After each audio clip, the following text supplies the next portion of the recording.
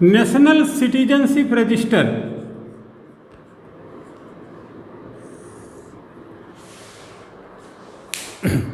चिन्मय तुम्बे, सुभाष कश्यप, रूही नियोगी, दिव्येश आनंद, रवि नायर, इनकी बातें कुछ कहती तो हैं,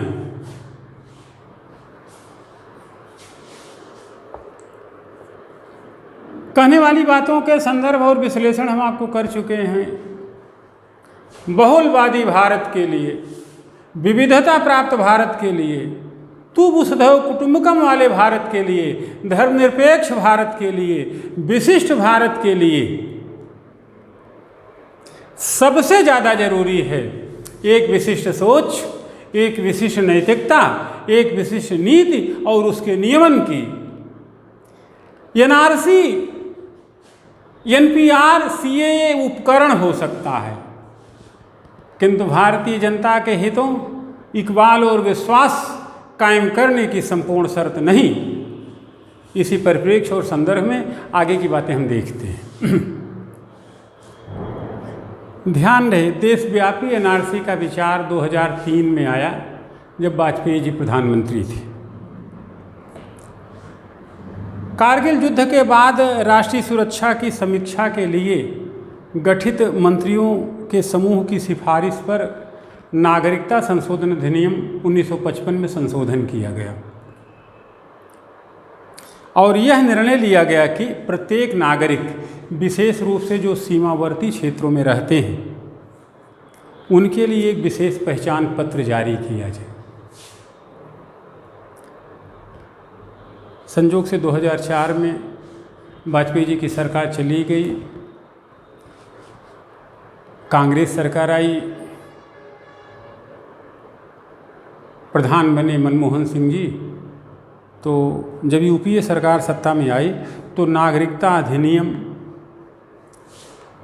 में धारा 14A की व्यवस्था की गई। 14A, 14A, इसे मूल अधिकारों से अर्थ मत लगाइएगा। 14A की व्यवस्था की गई, जिसके तहत भारत के प्रत्येक नागरिक के लिए अनिवार्य रूप से पंजीकरण जरूरी बनाया गया तथा राष्ट्रीय नागरिक रजिस्टर बनाए जाने की बात भी कही गई। ऐसा भी नहीं है कि यह विचार पहली बार भारत में आया हो या देश दुनिया में कभी ऐसा विचार ही भी नहीं आया हो। यह बहुत नवीन प्रकार के अवधारणा विचार नहीं है। प्रत्येक देश अपनी सुरक्षा इत्यादि के लिए ऐसे स्टेप्स लेते रहते हैं, भारत ने भी लिया।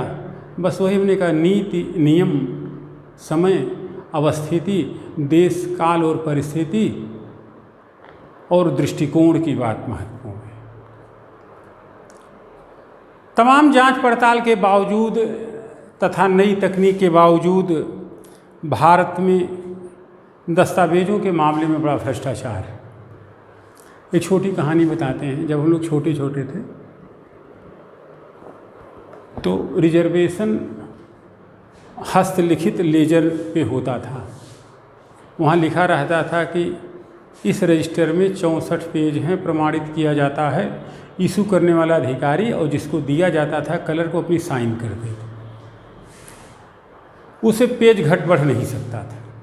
मान लो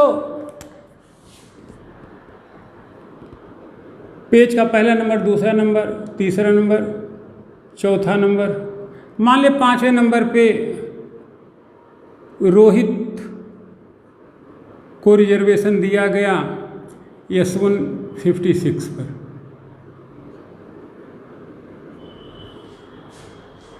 सिक्स नंबर पे रिजर्वेशन दिया गया विवेक को S1 58 या 57। तो पेज फिक्स है, लाइनें फिक्स हैं, एक पेज में कितने नाम इंटर किए जाएंगे वे फिक्स हैं। अब अगर यहाँ पर किसी का नाम एंट्री करनी है अलग, सीटें फुल हो गई हैं, तो या तो कोई डिलीट करोगे या तो कोई मिटाओगे, और जैसे डिलीट करोगे तो इरेजर लगा के तो पता लगेगा, पेज घटाओगे तो कटा फटा मिलेगा, इधर से 32 हटाओगे तो उधर से 64 हट जाएगा। यानी कि गलती पकड़े जाने की महत्तम संभावना थी। अब सब ऑनलाइन हो गया है। हटाओ यहाँ से रोहित का नाम,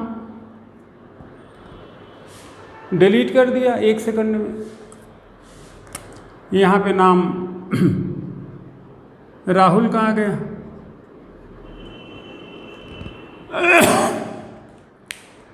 तो जब रिजर्वेशन हाथ और कागज से होता था तो भ्रष्टाचार की संभावनाएं कम थी, और अब तो ऑनलाइन हो रहा है। डिलीट करो, इंटर करो, इंसर्ट करो। मोबाइल पे इंसर्ट पिन पहले से ही लिखा रहता है, हर आदमी ये बात जान रहा है।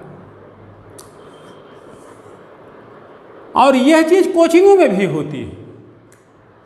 आपको नोट्स मिली हुई है, फर्ज करो रिजल्ट आया आपका 14 नवंबर को रिजल्ट आया, और देखा पेपर में क्या क्या पूछा गया है, हमने वही बातें हटा के या जोड़ के अपने नोट्स में कह दिया, और कहा हमारी कोचिंग से सब पूछा गया। ऐसे होता नहीं। यानी कि भारत में दस्तावेजी भ्रष्टाचार बहुत ज़्यादा है। तो जब दस्तावेजी भ्रष्टाचार इतना ज़्यादा है तो स्वाभाविक सी बात है कि कितना आप एनआरसी ला लो। जब बाबूगिरी की व्यवस्था से ही चलेगा, लाल फीताशाही की व्यवस्था से ही चलेगा, तो इसकी क्या गारंटी घुसपैठिए अप्रवासी गलत तरीके से अपना नाम इंटर नहीं करा लेंगे, तब क्या करिएगा? कौन सी एनआरसी, कौन सा एनपीआर, कौन सा सीए? तो तुम्बे पूछते हैं, चिन्मय तुम्बे, किसकी क्या गारंटी है कि तथाकथित अवैध प्रवासी भी एनआरसी में अपना नाम दर्ज कराने में सक्षम नहीं हो पाएंगे? नोटबंदी इसका ज्वलंत उदाहरण है।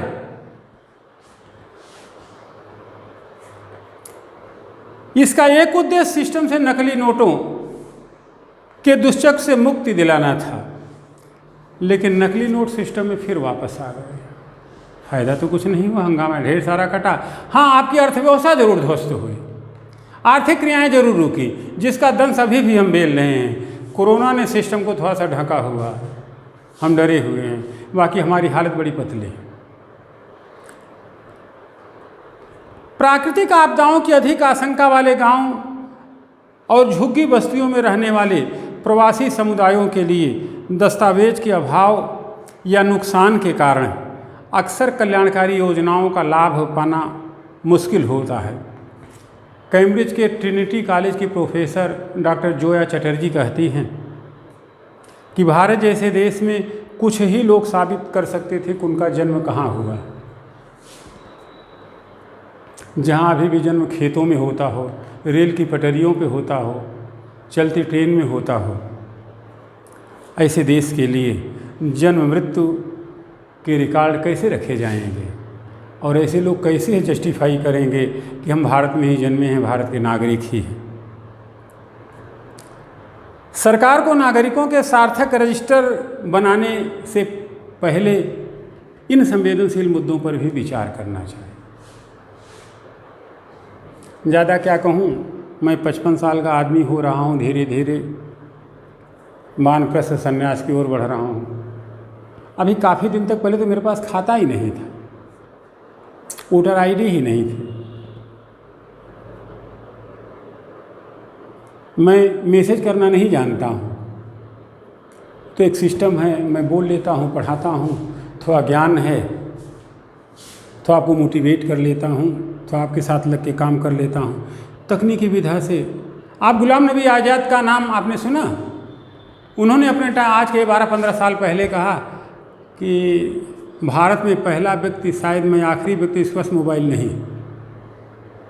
तो जहाँ अभी भी 40 करोड़ की आबादी 50+ हो रही हो, तो वैसे देश के लिए ये सब चीज़ बड़ा मुश्किल काम है। सरकार को ध्यान देना बेसिक्स पे, शिक्षा पर, स्वास्थ्य पर, कृषि पर। शिक्षा, स्वास्थ्य, कृषि सुधर गई, सब चीज़ अपने आप सुधर। कौन स्मार्ट नहीं रहना चाहता यार? मैं भी रहना, बाल देखो मैंने काला करा लिया, हालांकि मेरा बाल पूरा सफ़ेद नहीं है, कुछ रोग दोष हो इस नाते चेहरे से थोड़ी बुजुर्गी झलकती है। तो कौन स्मार्ट नहीं चलाए? मैं तो अनमैरिड आदमी हूँ, चाहे तो जैसे रहूँ, फिर भी मैं स्मार्ट दिखना चाहता हूँ। क्यों आखिर बताइए? कोई न कोई स्वार्थ तो होगा। तो हर कोई स्मार्ट दिखना चाहे, हर कोई साफ सुथरा दिखना चाहता है।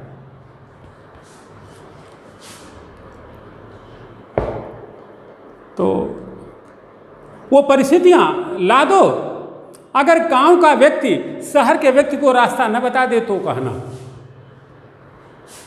गांव का रहने वाला सामान्य बूढ़ा सामान्य व्यक्ति, आप उसे बहुत कम होशियार मत समझिए।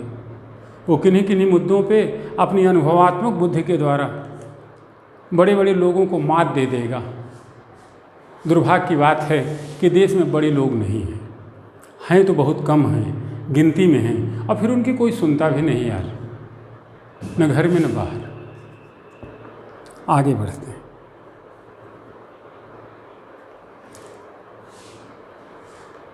शायद यही कारण है कि पिछले 15 वर्षों में से किसी सरकार ने देश भर में एनआरसी पर पहल नहीं की। भाजपा के मंत्रियों के एनआरसी पर विरोधाभासी बयानों से भी मामला और उलझता है, संदिग्ध बनता है। एनआरसी की आशंकाओं से सीएए के खिलाफ बढ़ते विरोध में प्रधानमंत्री नरेंद्र मोदी ने सार्वजनिक रूप से शाह का खंडन किया। प्रधानमंत्री ने कहा कि उनकी सरकार में एनआरसी पर कभी कोई चर्चा नहीं हुई। सुप्रीम कोर्ट के वकील और मानवाधिकार कार्यकर्ता कालिन गोंजाल्विस कहते हैं, सरकार अवैध अप्रवासियों को रोकने के बारे में यदि गंभीर है तो उसे सीमा की रखवाली करनी चाहिए, जो भी मैं कह चुका। अब तक की सरकारों में, जिनमें से एक भाजपा की अगुवाई वाली भी रही है, ने इस दिशा में क्या किया? गुड़गांव में रोहिंग्या शरणार्थी भूत प्रेत की शक्ल में गिरता नहीं है। एक बात और, पाकिस्तान से आए आतंकवादी भी हवा की शक्ल में बिजनौर में आकर के नहीं गिर जाते हैं। वे आते भी हैं यहीं, अपराध भी यहीं करते, यहीं से चले भी जाते हैं। आखिर कैसे होता होगा? सरकार बताए तो इसे, या समाज बताए तो इसे। यह मुद्दा मनोविज्ञान की ओर खींचेगा, मेंटल सेट की ओर खींचेगा, जाति धर्म के झगड़े की ओर खींचेगा। लोग कहते हैं कि बलात्कार व्यभिचार।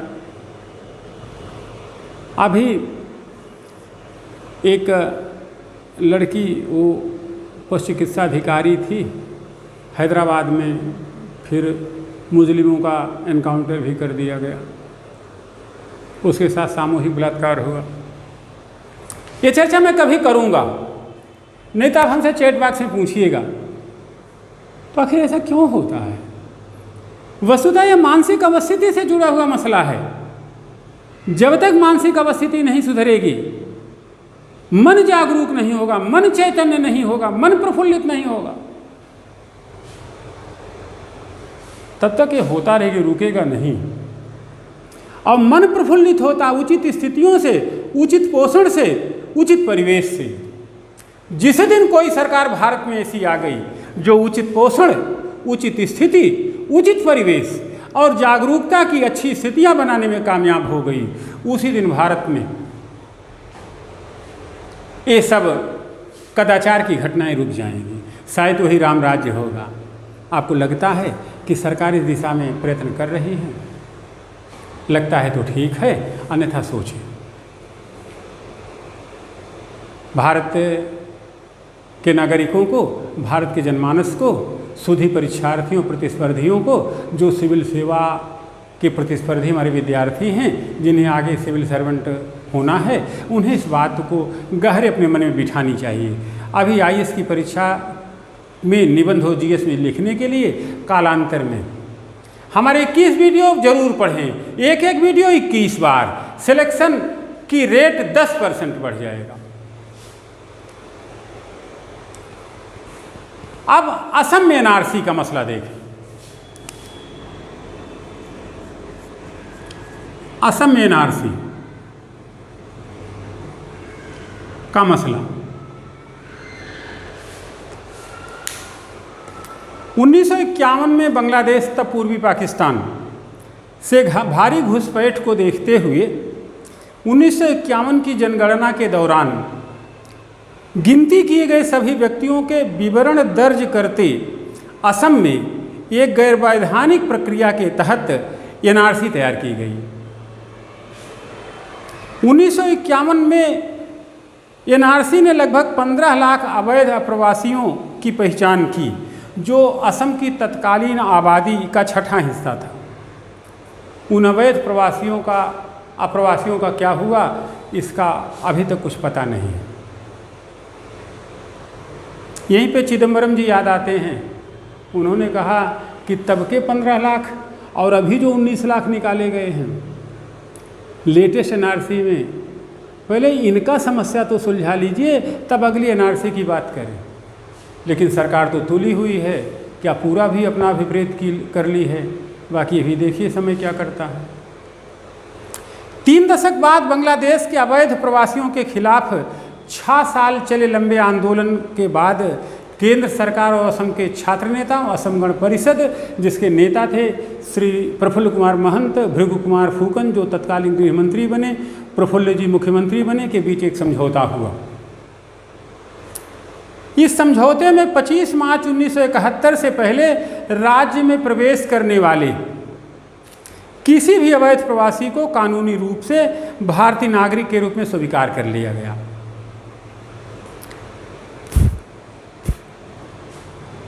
सुप्रीम कोर्ट की निगरानी में 2019 में तैयार एनआरसी की सूची में से असम की कुल 3.2 करोड़ आबादी में से 19 लाख लोग बाहर रह गए, जिस पर 1220 करोड़ रुपए का खर्च आया। असम के एनआरसी की भाजपा सहित सभी पक्षकारों ने इस आधार पर आलोचना की कि इसमें कई वास्तविक भारतीय भी बाहर कर दिए गए, जबकि बड़ी संख्या में अवैध प्रवासियों को लिस्ट में जगह मिल गई है। हालांकि गृह मंत्रालय के एक अधिकारी का कहना है कि असम के विपरीत राष्ट्रव्यापी एनआरसी के लिए लोगों को अपने पूर्वजों के दस्तावेज और उन पूर्वजों से संबंध दर्शाने वाले दस्तावेज लिखने की जरूरत नहीं होगी, क्योंकि यह नई प्रक्रिया हो। तो मुद्दा ये है कि पहले 15 लाख फिर 19 लाख जो निकले, जो बाहर हैं, उनका क्या होगा। चिदम्बरम जी भारत के भूतपूर्व वित्त मंत्री, विदेश मंत्री, ये भी प्रश्न करते हैं। अगला, एनआरसी क्या सीएए से जुड़ा है?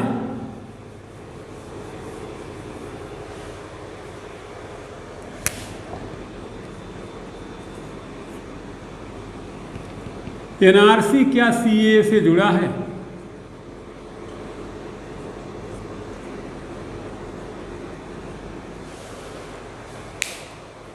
हालांकि गृह मंत्री ने इसे राजनीतिक वजहों से जोड़ दिया है, लेकिन दोनों के बीच कोई तकनीकी संबंध नहीं है। आलोचकों का दावा है कि सीएए उन सभी गैर मुसलमानों के लिए ढाल बन जाएगा जो एनआरसी से बाहर रह जाएंगे, जबकि मुसलमानों को प्रताड़ित किया जाएगा, और अगर वे दस्तावेज तैयार कराने में नाकाम रहते हैं तो उनकी नागरिकता छिन जाएगी। चक्रवर्ती कहते हैं कि एक संवैधानिक संशोधन सीए का इस्तेमाल एक पूरे समुदाय को संभावित रूप से अवैध बनाने के लिए हो रहा है।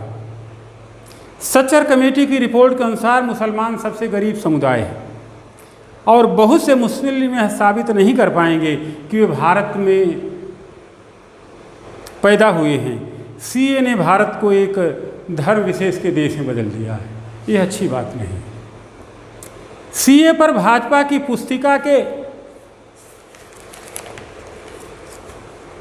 बंगाली संस्करण से इस आरोप को और अधिक बल मिलता है कि एनआरसी का उपयोग केवल मुसलमानों के उत्पीड़न के लिए किया जाएगा, जिसे 6 जनवरी को कोलकाता में सीए पर जागरूकता पैदा करने के लिए पार्टी के राष्ट्रव्यापी अभियान के हिस्से के रूप में लॉन्च किया गया।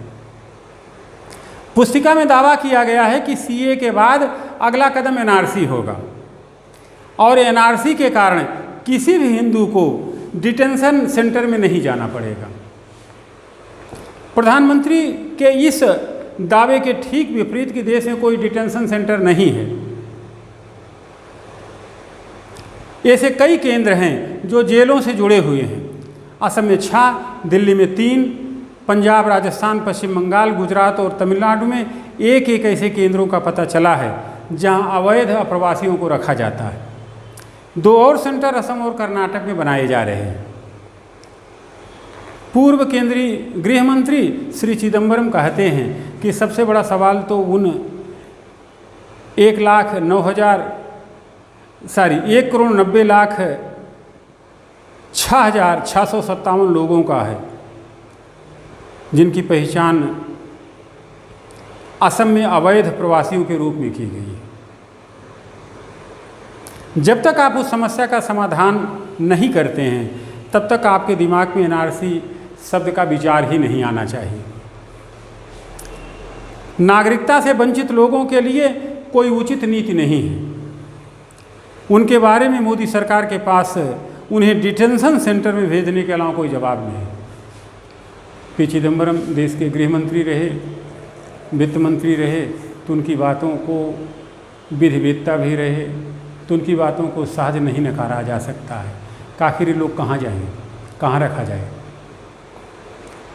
और मान लो तय भी पाया गया कितने लोग अवैध प्रवासी हैं, घुसपैठिए हैं, तो उनको कहाँ भेजिएगा? कौन सा देश उन्हें लेगा? कौन सा देश मानेगा कि हमारे नागरिक? तब उनके भरण पोषण की जिम्मेदारी तो आप ही को उठानी पड़ेगी। नेक्स्ट, एनपीआर क्या है?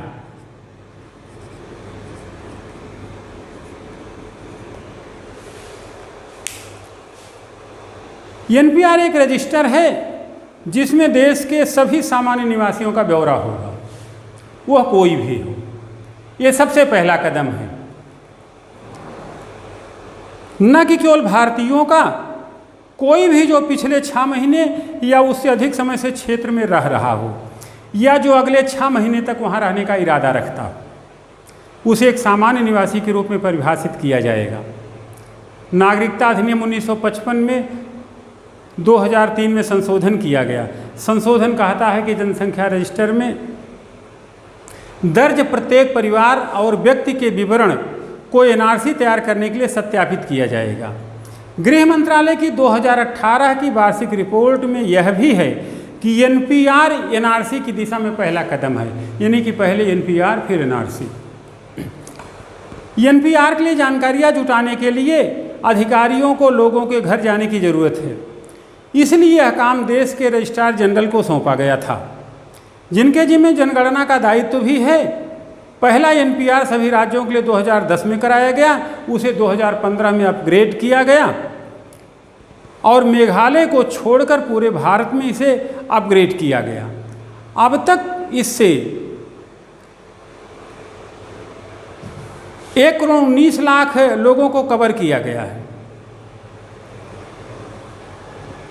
1.19 यानी कि 119 करोड़ लोगों को कवर किया गया है। सरकार ने एनपीआर 2020 के लिए 3,941 करोड़ रुपए का आवंटन किया है। संसाधनों के अधिकतम लाभ के लिए इसे जनगणना 2021 के पहले चरण के दौरान अप्रैल से सितंबर के बीच असम को छोड़कर देश भर में फिर से अपग्रेड किया जा रहा है। गृह मंत्रालय के एक अधिकारी का कहना है कि 2020 और 2015 के मौजूदा एनपीआर आंकड़ों को अपग्रेड किया जाएगा और इसमें कई बदलावों के साथ मौजूदा डाटाबेस में न दिखने वाले नए लोगों को भी शामिल किया जाएगा। एनपीआर किसी व्यक्ति के बारे में मूल विवरण एकत्रित करता है, जैसे नाम, आयु, व्यवसाय, लिंग, जन्मस्थान, माता पिता का नाम, उनका जन्मस्थान, पति या पत्नी का नाम अगर हो तो, परिवार के मुखिया के साथ संबंध, राष्ट्रीयता, शैक्षिक योग्यता, वर्तमान और अस्थायी पता वगैरह। पहले एनपीआर तैयार करने के दौरान बायोमेट्रिक डेटा भी एकत्रित किया गया था, जिसे हटा दिया गया है। 2015 के आधार में बायोमेट्रिक विवरण के साथ एनपीआर डेटा लाया गया था। एनपीआर फॉर्म में पूछे जाने वाले प्रश्नों की संख्या 2010 में 14 थी, जो बढ़ाकर 21 कर दी गई। NPR 2020 के लिए पायलट प्रोजेक्ट में 1200 गाँव और 43 शहरों को सम्मिलित किया गया है और mobile number, driving licence, PAN, voter ID जैसे अतिरिक्त डेटा एकत्रित किए जाएंगे। जबकि 1.25 अरब लोगों को पहले से ही आधार कार्ड जारी किए जा चुके हैं। ऐसे में पहचान स्थापित करने की एक और कवायद की ज़रूरतों पर सवाल उठ रहे हैं। प्रोफेसर आनंद कहते हैं, ऐसा पहले कभी नहीं सुना गया कि कोई देश आधार जैसी कवायद पूरी करने के बाद NPR की तैयारी कर रहा हो। जाहिर है कि NRC की तैयारी हो रही है। सरकार आधार के बारे में यही दावे करती रही है कि यह पहचान की सुरक्षा और कल्याणकारी योजनाओं के पूर्ण समाधान, वन स्टॉप सॉल्यूशन है। तो क्या आधार विफल रहा है? इसलिए अन्य प्रयास आवश्यक हैं। सरकारी अधिकारियों का दावा है कि दोनों की तुलना नहीं की जा सकती है। वस्तुतः गृह मंत्रालय के अधिकारी कहते हैं कि आधार वैयक्तिक डेटा है, जबकि NPR में परिवार का डेटा होता है। आधार से परिवार आधारित डेटा का निर्माण संभव है। NPR में व्यक्तिगत और पारिवारिक विवरण होते हैं।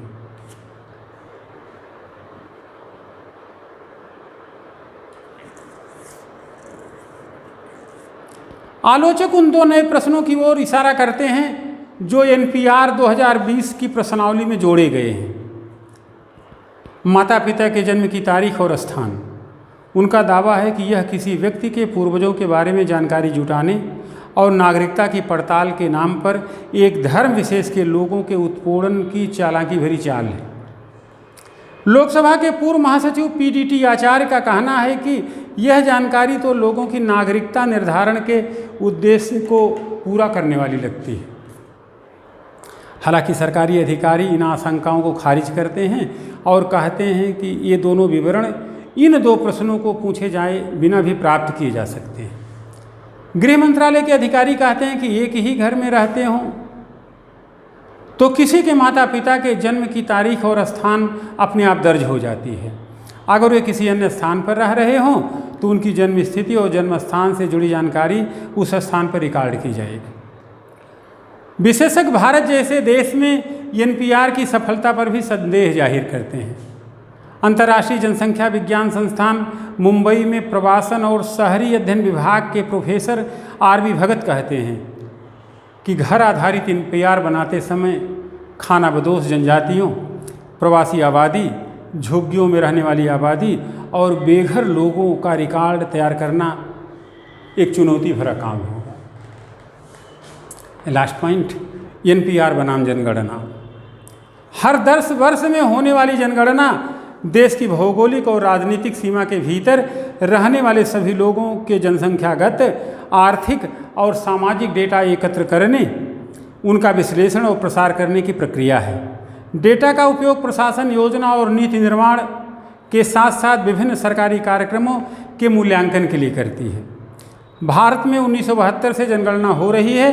अगली जनगणना 2 चरणों में की जाएगी, अप्रैल से सितंबर 2020 के बीच, फिर फरवरी 2021 में, जिसकी लागत 8,754 करोड़ रुपये आएगी। NPR में एकत्रित की जाने वाली लगभग सभी जानकारियां जनगणना कवायद का हिस्सा है, जिसमें हाउस लिस्टिंग के लिए 34 प्रश्न तथा व्यक्तिगत विवरणों के लिए 29 प्रश्न शामिल हैं।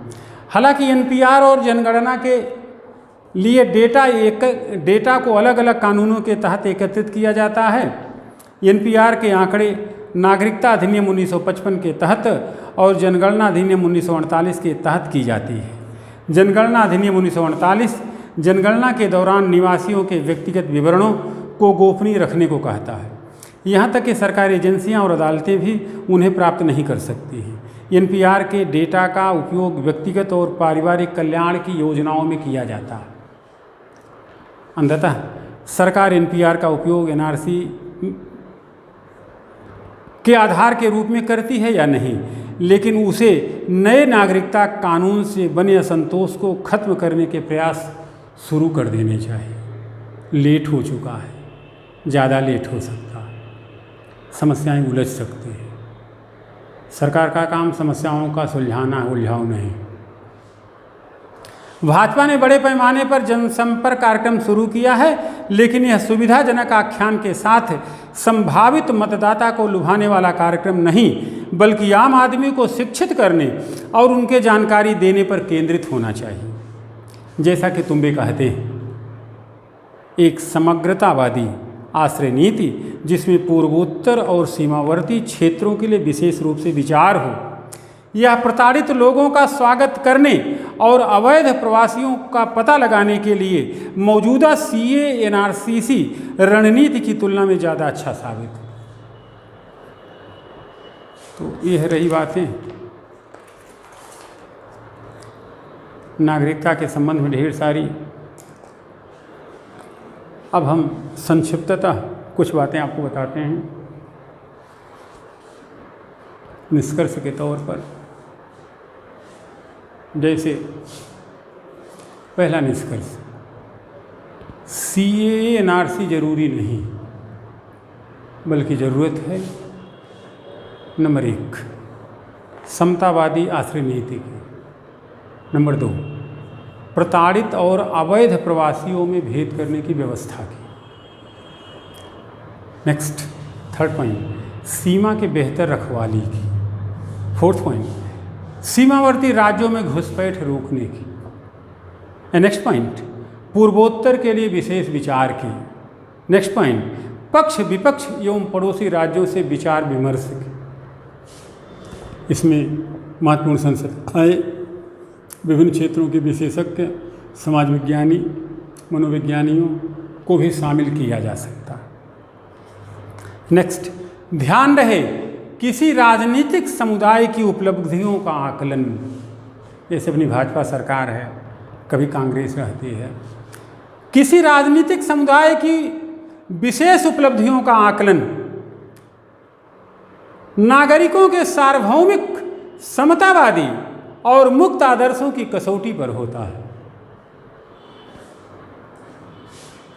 यहाँ पर CA और NRC कहाँ है? नागरिक मर्यादापूर्ण और गरिमामयी जीवन जी सकें, वे अपने आदर्शों का मुक्त पालन कर सकें, उन्हें स्वतंत्र, स्वच्छ, पवित्र, सानुकूल परिस्थितियों में जीवन जीने का अवसर मिले, उन्हें खाद्य पोषण सुरक्षा की गारंटी हो, शिक्षा, स्वास्थ्य, संस्कृति के प्रति वे लाभ की स्थिति में हों। सरकार इस कसौटी पर अपना इकबाल और विश्वास कायम कर सकती। आप सोचिए, इतनी चर्चा के बाद कुछ आपके समझ में आया होगा, कुछ नहीं समझ में आया होगा, 1-2 बार पढ़िएगा तो समझ में आ जाए, कुछ अपना दिमाग लगा लीजिएगा। किंतु इन बातों पे सरकार कहाँ है, इकबाल और विश्वास कहाँ है, यहाँ पे NRC और CA कहाँ है। नेक्स्ट पॉइंट, अनुच्छेद 14 की तर्कसंगतता का केवल एक अर्थ है, तर्कसंगतता। जैसे मैंने बताया था कि भारत में अधिवास का केवल एक अर्थ है कि भारत में अधिवास। हमने हाल में कोई पिक्चर देखी थी जहाँ अमिताभ बच्चन जी वकील की भूमिका में थे, तो कहते नो का मतलब नो, बस ऐसे। तर्कसंगतता का केवल एक अर्थ है, तर्कसंगतता। जहाँ 2 वैशिष्ट्य हैं, यानी कि तर्कसंगतता 2 मुद्दों पर जरूर आधारित होनी चाहिए। ये अनवर अली विवाद में सुप्रीम कोर्ट के न्यायाधीश पतंजल शास्त्री ने अपने विचार व्यक्त किए हैं। पहला, विभेद दिखे प्रथम दृष्टया। दूसरा पॉइंट, विभेद के उद्देश्य हो, उद्देश्य के साथ तर्कसंगतता हो। यहाँ CA कहाँ है? CA आंकड़ों पर है। देश आंकड़ों से नहीं चलता है, देश भाव और भावना से चलता है, विश्वास से चलता है, इकबाल से चलता है।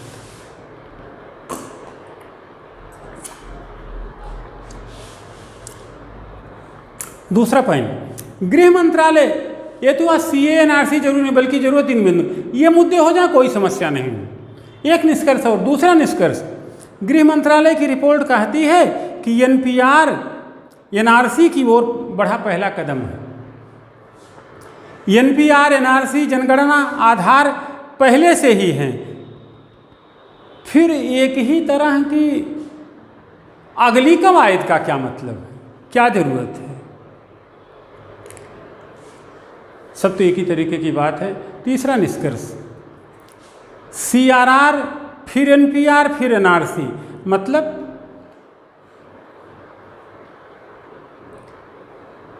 CA तो आ ही गया, फिर NPR आएगा, फिर NRC लाएंगे। मतलब NRC कोई आज का और इस सरकार का विचार नहीं है। इस प्रकार सरकार का दावा ठीक नहीं है कि इसको लेकर अभी तक चर्चा ही नहीं हुई। 2003 के नियम वाजपेयी सरकार ने बनाए थे, जिसे अगली सरकार ने आगे बढ़ाया था, और एक नई धारा 14 ये शामिल की गई थी, जो कहती है कि सरकार अनिवार्य रूप से प्रत्येक नागरिक का पंजीकरण करेगी और NRC बनाए रख सकती है। तो यहाँ श्रेय का मुद्दा का हमें NRC लाएंगे, NRC तो पहले से ही है, वो विचार तो पहले से ही है। यहाँ पे लागू करने का, क्रियान्वयन करना मुद्दा है, NRC मुद्दा नहीं है। कब और कैसे, किन परिस्थितियों में और किस लिए लागू कर रहे हैं। लास्ट पॉइंट, मुद्दा असम के 19 लाख अवैध प्रवासियों का भी है। सरकार उनका क्या करेगी? उन पर विचार किए बिना NRC पर बात उचित नहीं। रही बात अनुच्छेद 14 की, तो अनुच्छेद 14 भारत के संविधान के भाग 3 प्रदत्त महत्वपूर्ण मूलाधिकारों में सर्वप्रथम है, जो समता की बात करता है। सब समान हैं। खास परिस्थितियों में यदि कुछ हुआ तो तर्कसंगतता के आधार पर राज्य अपने नागरिकों में भेद करके, वर्गीकरण करके नागरिकों के महत्तम हितों का साधन करे। सरलीकरण यह है कि राज्य किसी का पक्षकार नहीं है, वह किसी को लाभकारी स्थिति में नहीं डालेगी। एक ओर कानून का शासन होगा तो दूसरी ओर राज्य ऐसी कोई नीति नहीं बनाएगा जहां समानों में समानता नहीं। तो अनुच्छेद 14 भारत की संवैधानिक व्यवस्था का प्राण है, जो लोगों के लिए समानता के अवसर उपलब्ध कराता है, धर्म के आधार पर कोई भेद नहीं करता है। तो अंतिम बात हम यही कहेंगे कि भारतीय संविधान की धर्मनिरपेक्ष आत्मा को सरकार बनाए रखे। ईश्वर के लिए, अपने तात्कालिक उद्देश्यों की पूर्ति के लिए, अपने अहम और कुंठा शमन के लिए सरकारों से अपेक्षा है कि कोई ऐसा काम न करें कि देश में इकबाल और विश्वास का संकट हो। धन्यवाद, ढेर सारी शुभकामनाएं। अब हम आगे की ओर बढ़ेंगे, लेकिन उसके पहले देखिए, टेक्नोलॉजी की नोट्स तो अब तक आपके पास पहुंच गई होगी। अब हम आपको असाइनमेंट एक दे रहे हैं, होमवर्क जिसे को, जिससे ये पता लग सके कि आप कर क्या रहे हो, पढ़ रहे हो कि नहीं पढ़ रहे हो। आखिर हम ऐसे बोलते रहें और उसका कोई क्रियाकारी लाभ न हो तो बात बनेगी नहीं, चीज़ें जमेगी नहीं। That's why I mean to say कि आप इधर भी थोड़ा सा ध्यान दें। आपका होमवर्क है कि आप 5 क्वेश्चन इस टॉपिक से, प्रारंभिक परीक्षा का बनाएं, इसी टॉपिक से, नागरिकता और संबंधित मुद्दे। कोई मैचिंग का बना दें, अनुच्छेद 5 क्या है, 7 क्या है, 11 क्या है, 10 क्या है। एक आध क्वेश्चन कोई कथन कारण का रेज कर लें। एक आध क्वेश्चन बना दें, अधोलिखित कथन जनसंख्या संशोधन के विषय में दिए गए 1, 2, 3 ऐसे मल्टीपल चॉइस के। एक आध क्वेश्चन क्रोनोलॉजी का बना दें। तो इस तरीके से 5 क्वेश्चन आप बना करके आप भेजें हमारे पास, और एक क्वेश्चन मुख्य परीक्षा का हो, कोई भी बना दें। क्या आप मानते हैं कि नागरिकता संशोधन कानून अधिनियम 2019 अनुच्छेद 14 की मूल धारणा या संविधान की मूल आत्मा के विरुद्ध है? आलोचनात्मक समीक्षा कीजिए, ये अपने विचार प्रकट करें। मुख्य परीक्षा फिर से कुछ इंटरव्यू के क्वेश्चन रेज करें, फिर कोई निबंध की टॉपिक रेज करें। यह टॉपिक आपको जब मिले, जिस क्षण मिले, उसके 3 से 4 दिन के भीतर इस होमवर्क को कंप्लीट करके आप हमें भेजें, हम उसे देख करके आपकी कमियां सुधारें। तो this finishes with chapter number 3। तीसरा चैप्टर ख़त्म हुआ। अब तक हम पहले चैप्टर कानून का शासन सत्ता का विकेंद्रीकरण संविधान के मौलिक और दार्शनिक पक्षों की चर्चा की। दूसरा चैप्टर भारत का राज्यों का संघ होना। तीसरा चैप्टर नागरिकता और संबंधित मुद्दे। अब तक हम आपको पढ़ा चुके। तो नागरिकता वाले मुद्दे की विशद चर्चा आप से हो चुकी है। इससे आप प्रारंभिक परीक्षा, मुख्य परीक्षा तथा इंटरव्यू और निबंध का होमवर्क या क्वेश्चन आंसर बना के हमारे पास भेजें। हम आपकी कमियां उजागर करें, जिससे संस्था की स्थापना जिस उद्देश्य को लेकर के हुई है वह पूरा हो। ढेर सारी शुभकामनाएं। अब हम अगले चैप्टर पर बढ़ते हैं, चैप्टर नंबर 4।